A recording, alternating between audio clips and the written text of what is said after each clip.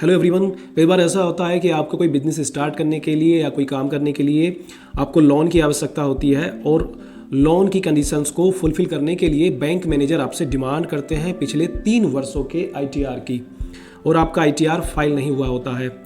जैसे एक क्लाइंट है, इनके केस में 19-20 से असेसमेंट ईयर 19-20 से नीचे वाले असेसमेंट ईयर्स की आईटीआर फाइलिंग ही कंप्लीट है और अभी वर्तमान में असेसमेंट ईयर चल रहा है 25-26, 24-25 अभी बीता है।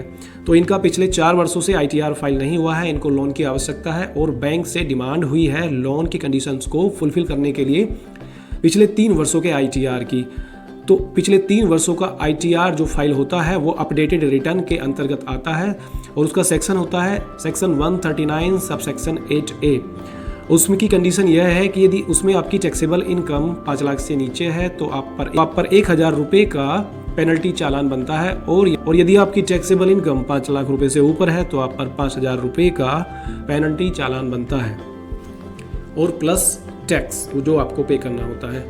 तो बैंक ईयर्स की आईटीआर फाइलिंग अपडेटेड रिटर्न के अंतर्गत किस प्रकार से फाइल होती है, इस वीडियो में आज हम आपको बताने वाले हैं। वीडियो को बिना स्किप किए पूरा देखें, एक एक पॉइंट बहुत ही महत्वपूर्ण है। यदि आपने एक भी पॉइंट मिस किया तो आप अपडेटेड रिटर्न फाइल नहीं कर सकते। आईटीआर फाइलिंग की सबसे जटिल और कठिन जो प्रक्रिया है, जो प्रोसेस है, वो अपडेटेड रिटर्न फाइल करना ही है। तो आइए देखते हैं किस प्रकार से आप अपडेटेड रिटर्न फाइल कर सकते हैं। सबसे पहले हम जिस भी टैक्स पेयर का अपडेटेड रिटर्न फाइल करना चाहते हैं उनके इनकम टैक्स के पोर्टल पर लॉगिन कर लेंगे। लॉगिन करने के बाद इस तरह का इंटरफेस आपके सामने ओपन होकर के आ जाएगा। तो सबसे पहले आप जाएंगे ई फाइल वाले ऑप्शन में और आप यहाँ से, जैसा कि मैंने आपको स्टार्टिंग में ही बताया कि यदि आपकी 5 लाख से कम टैक्सेबल इनकम है तो आप पर 1,000 रुपये का पेनल्टी चालान बनेगा, और यदि आपकी टैक्सेबल इनकम 5 लाख रुपये से ऊपर है तो आप पर 5,000 रुपये प्लस टैक्स का पेनल्टी चालान बनेगा। तो उसके लिए आप सबसे पहले ई फाइल वाले ऑप्शन में जाएंगे और ई पे टैक्स वाले ऑप्शन में जाएंगे और आप यहाँ पर सेल्फ असेसमेंट टैक्स के अंतर्गत अपना टैक्स पे करेंगे। उसके लिए आप यहाँ न्यू पेमेंट वाले ऑप्शन पर जाएंगे। न्यू पेमेंट वाले ऑप्शन को सेलेक्ट जैसे ही आप करेंगे तो इसमें आपको पहला ही ऑप्शन दिखेगा, इनकम टैक्स एडवांस टैक्स 100 और सेल्फ असेसमेंट टैक्स 300। इसमें आप प्रोसीड वाले ऑप्शन पर जाकर के क्लिक करेंगे और यहाँ पर असेसमेंट ईयर, जिस असेसमेंट ईयर के लिए आप अपडेटेड रिटर्न की फाइलिंग कर रहे हैं उसको आप यहाँ पर सेलेक्ट कर लेंगे। हमारे क्लाइंट के केस में हम 24-25 के लिए अपडेटेड रिटर्न फाइल कर रहे हैं। उसके बाद type of payment minor head में आप यहाँ पर सेलेक्ट करेंगे सेल्फ असेसमेंट टैक्स 300, पहला ही ऑप्शन आप सेलेक्ट कर लेंगे और उसके बाद कंटिन्यू बटन पर यहाँ पर प्रेस करेंगे। उसके बाद हमारे केस में टैक्सेबल इनकम 5 लाख रुपए से कम है तो 1,000 रुपये का पेनल्टी चालान बनेगा। हम यहाँ पर 1,000 रुपये फीड कर देंगे। 1,000 रुपये की एंट्री करने के बाद उसके बाद नीचे कंटिन्यू बटन पर प्रेस करेंगे। आप यहाँ देखेंगे कि इस प्रकार के ऑप्शंस आपके सामने आ जाएंगे। इसमें नेट बैंकिंग के द्वारा भी आप ये चालान फी पे कर सकते हैं, डेबिट कार्ड के द्वारा, पे at bank counter, RTGS, NEFT payment gateway, आप इन सभी ऑप्शंस का प्रयोग करके चालान फी पे कर सकते हैं। हमारे केस में हम डेबिट कार्ड के द्वारा यहाँ पर चालान फी पे कर रहे हैं। स्टेट बैंक ऑफ इंडिया वाले ऑप्शन को यहाँ पर सेलेक्ट करेंगे, कंटिन्यू बटन पर प्रेस करेंगे और उसके बाद आप देखेंगे इस तरह का इंटरफेस यहाँ पर आपके सामने ओपन होकर के आ जाएगा। पे नाउ वाले ऑप्शन पर जाएंगे और आगे बढ़ेंगे। उसके बाद नीचे आएंगे और I agree to the terms and conditions वाले चेकबॉक्स पर क्लिक करेंगे, ब्लू टिक हो जाएगा। उसके बाद सबमिट टू बैंक वाले ऑप्शन पर जाएंगे। जैसे ही हम सबमिट टू बैंक वाले ऑप्शन पर क्लिक करेंगे यहाँ पर से आपकी बैंक डिटेल्स आपसे वो मांगेगा, एंटर अकाउंट नंबर और उसके बाद कैप्चा कोड। तो यहाँ पर हम अकाउंट नंबर फीड कर लेंगे और उसके बाद कैप्चा कोड फीड करेंगे और इस प्रोसेस को आगे बढ़ा करके हम यहाँ से चालान जनरेट कर लेंगे। चालान जनरेट करने की प्रक्रिया मैं आपको समझा चुका हूँ, इजी है चालान। तो इस प्रकार से हमारा चालान जनरेट होकर के आ गया है और मैंने उसको डाउनलोड भी कर लिया है। डाउनलोड्स वाले सेक्शन में वो यहाँ पर डाउनलोड होकर के इस तरह से आ गया है। ओपन करके देखते हैं। देखिए इस तरह से चालान फी पे करने के बाद चालान जनरेट यहाँ पर होकर के आ गया है। इसमें आपका पैन नंबर होगा, नाम होगा, असेसमेंट ईयर लिखा होगा, फाइनेंशियल ईयर लिखा होगा जिसके लिए हम अपडेटेड रिटर्न यहाँ पर फाइल कर रहे हैं। अमाउंट यहाँ पर लिखा हुआ होगा। मेजर हेड में आपको यहाँ income tax other than companies 0021 और माइनर हेड में सेल्फ असेसमेंट टैक्स 300 यहाँ पर लिख कर के आएगा और माइनर हेड में सेल्फ असेसमेंट टैक्स 300 आपको यहाँ पर शो होगा। उसके बाद अमाउंट यहाँ पर लिखा रहेगा, बैंक रेफरेंस नंबर लिख करके आएगा, डेट ऑफ डिपॉजिट यहाँ पर लिख करके आएगी, बीएसआर कोड आप यहाँ पर देख सकते हैं, चालान नंबर रहेगा और टेंडर डेट रहेगी। तो date of deposit, BSR code और चालान नंबर की हमको अपडेटेड रिटर्न फाइल जब हम करते हैं तो वहाँ जो एक सीट होती है पार्ट B81, उसमें हमको इसकी आवश्यकता होती है। इन सभी चीज़ों को हम वहाँ पर फीड करते हैं। आइए चलते हैं अपडेटेड रिटर्न फाइल करने की अगली प्रक्रिया की ओर। हमने दोस्तों इनकम टैक्स के पोर्टल पर लॉगिन किया हुआ है। उसके बाद हम जाएंगे ई फाइल वाले ऑप्शन पर और यहाँ से हम डाउनलोड प्री फिल्ड डेटा वाले ऑप्शन का प्रयोग करके एक फ़ाइल को हम यहाँ से डाउनलोड कर लेंगे। बाद में उसकी ज़रूरत पड़ेगी, मैं आपको बताऊंगा कि कहाँ उसकी ज़रूरत पड़ेगी। डाउनलोड प्री फिल्ड डेटा वाले ऑप्शन पर हम क्लिक करेंगे और जिस असेसमेंट ईयर के लिए हम अपडेटेड रिटर्न फाइल कर रहे हैं उस ऑप्शन को हम यहाँ पर सेलेक्ट कर लेंगे। हमने यहाँ पर सेलेक्ट किया असेसमेंट ईयर 24-25। उसके बाद डाउनलोड वाले ऑप्शन पर क्लिक करेंगे तो प्रीफिल डेटा यहाँ पर डाउनलोड होकर के आ गया है। इसकी आवश्यकता पड़ेगी वो आपको बताया जाएगा सही समय पर कि कहाँ आपको इसको यूज़ करना है। उसके बाद हम इस लॉगिन वाले पोर्टल से लॉग आउट हो जाएंगे। लॉग आउट हो रहे हैं। लॉग आउट होने के बाद आप यहाँ लॉगिन अगेन वाले ऑप्शन पर जाएंगे और देखेंगे कि इस तरह का पेज यहाँ पर ओपन होकर के आ जाएगा। इसमें आप देख रहे हैं ये डाउनलोड्स वाला सेक्शन, तो डाउनलोड्स वाले सेक्शन पर जाएंगे और असेसमेंट ईयर हम यहाँ पर सेलेक्ट करेंगे। जिस असेसमेंट ईयर के लिए हम अपडेटेड रिटर्न फाइल कर रहे हैं उसको हम यहाँ पर सेलेक्ट करेंगे। सेलेक्ट बार में जाएंगे तो आप देखेंगे कि यहाँ पर सभी ये जो वर्ष दिए गए हैं इनका आप अपडेटेड रिटर्न फाइल कर सकते हैं, लेकिन हम पिछले 3 ही वर्षों का अभी तक अपडेटेड रिटर्न फाइल कर सकते हैं।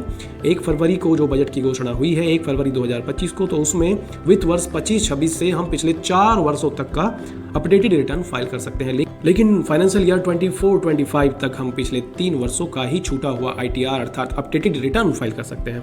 अभी हम करने जा रहे हैं 24-25 के लिए फाइलिंग, तो हमने यहाँ पर 24-25 को सेलेक्ट किया और हम यहाँ से एक्सेल यूटिलिटी डाउनलोड कर लेंगे। जिस भी टाइप का आपका ITR है उसकी एक्सेल यूटिलिटी आप यहाँ से डाउनलोड कर लोगे। आप देखेंगे यहाँ पर ITR 1 से लेकर के ITR 7 तक की एक्सेल यूटिलिटी दिखाई गई है। हम ITR 1 वाले ऑप्शन पर जाएंगे और यहाँ से ITR 1 की यूटिलिटी एक्सेल बेस जो आप देख रहे हैं वर्जन 1.4, इसको हम यहाँ पर सेलेक्ट कर लेंगे। इसका जो साइज है वो 2.8 MB का है। हमारे केस में ITR 1 है, इसलिए हमने ITR 1 की एक्सेल यूटिलिटी को डाउनलोड यहाँ से कर लिया है।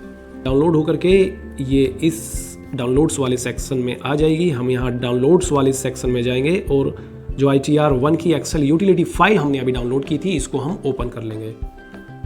ITR 1 ये असेसमेंट ईयर 23-24 के लिए मान लीजिए हम अपना अपडेटेड रिटर्न यदि फाइल कर रहे हैं तो उसकी एक्सेल यूटिलिटी हमने यहाँ डाउनलोड की है। इसको ओपन करेंगे, डबल क्लिक करेंगे। डबल क्लिक के साथ ये इस तरह से ओपन होकर के आएगी। फिर से यहाँ पर हम इसको हम यहाँ पर डबल क्लिक करेंगे और ये जिप फाइल होती है, इसको एक्सट्रैक्ट करना ज़रूरी है। डबल क्लिक के साथ ये एक्सट्रैक्ट हो जाती है या फिर प्रॉपर्टीज़ में जाके आप इसको एक्सट्रैक्ट कर सकते हैं। ये एक्सेल यूटिलिटी फाइल होती है, थोड़ा सा ओपन होने में समय लेती है, थोड़ा सा वेट करेंगे, प्रोसेसिंग चल। एक्सेल यूटिलिटी फाइल जो जिप फाइल थी वो एक्सट्रैक्ट होकर के इस तरह से आपके सामने ओपन होकर के आ जाएगी। आप यहाँ ऊपर स्टेटस बार में ऑप्शंस वाला ये एक ऑप्शन देख सकते हैं, इस पर आप क्लिक करेंगे और जो ये ब्लॉक्स हैं green blocks and white blocks आप इनको एनेबल कर लेंगे। ग्रीन ब्लॉक्स एडिटेबल होते हैं, हम इनको एडिट कर सकते हैं। एनेबल टू दिस कंटेंट वाले ऑप्शन पर चेक बॉक्स पर क्लिक करेंगे, उसके बाद ओके बटन पर प्रेस करेंगे। तो साथियों आपको जैसे पहले बताया था कि ये जो ग्रीन बॉक्सेस हैं, जो ग्रीन ब्लॉक्स हैं, इनको हम फिल कर सकते हैं मैनुअली। हम यहाँ पर डिटेल्स फिल कर सकते हैं, middle name, last name, pan number, ये सभी चीज़ें हम यहाँ पर मैनुअली भी फीड कर सकते हैं। लेकिन मैनुअली हम इन सभी को फीड करेंगे तो काफ़ी समय लगेगा और जिससे रन टाइम एरर आने का डर रहता है। तो मैंने आपको स्टार्टिंग में ही बताया था कि डाउनलोड प्री फिल्ड डेटा वाली JSON फाइल का हम यूज़ करेंगे।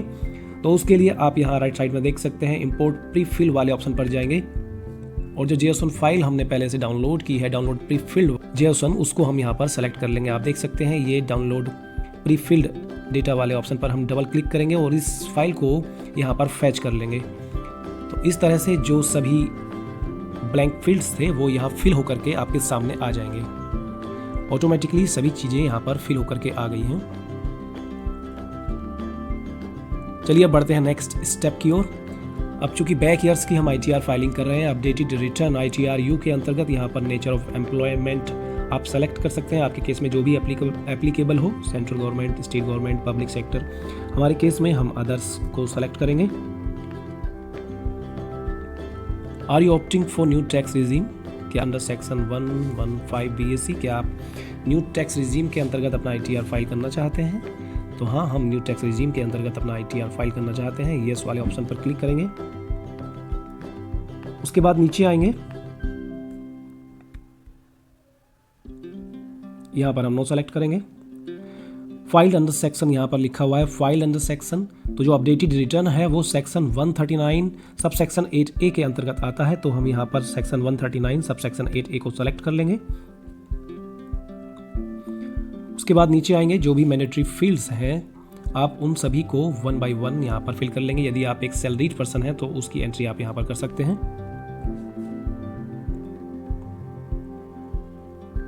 नेचर ऑफ एग्जेम्प्ट अलाउंस की एंट्री आप यहाँ पर कर सकते हैं और उनका डिस्क्रिप्शन आप यहाँ पर फीड कर सकते हैं। नेचर ऑफ इनकम में आप देख सकते हैं यहाँ पर interest from saving account automatically यहाँ पर अपडेट होकर के आ गया है। 54,197 रुपये यहाँ पर सोर्स ऑफ अदर इनकम है।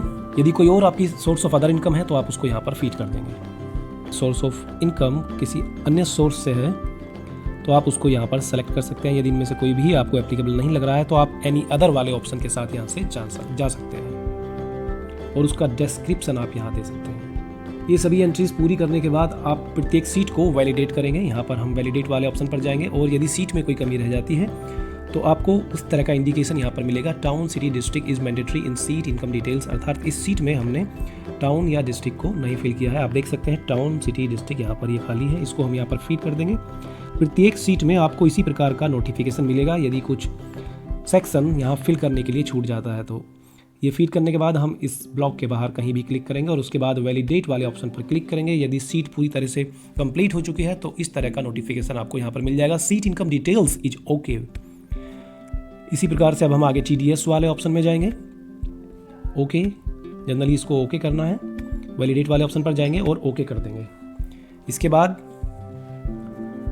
हम part A general 139 subsection 8A वाले ऑप्शन पर जाएंगे। Whether return previously file for this assessment year, क्या इस असेसमेंट ईयर के लिए पहले रिटर्न फाइल हुआ है? जी नहीं फाइल हुआ है, इसीलिए हम फाइल कर रहे हैं।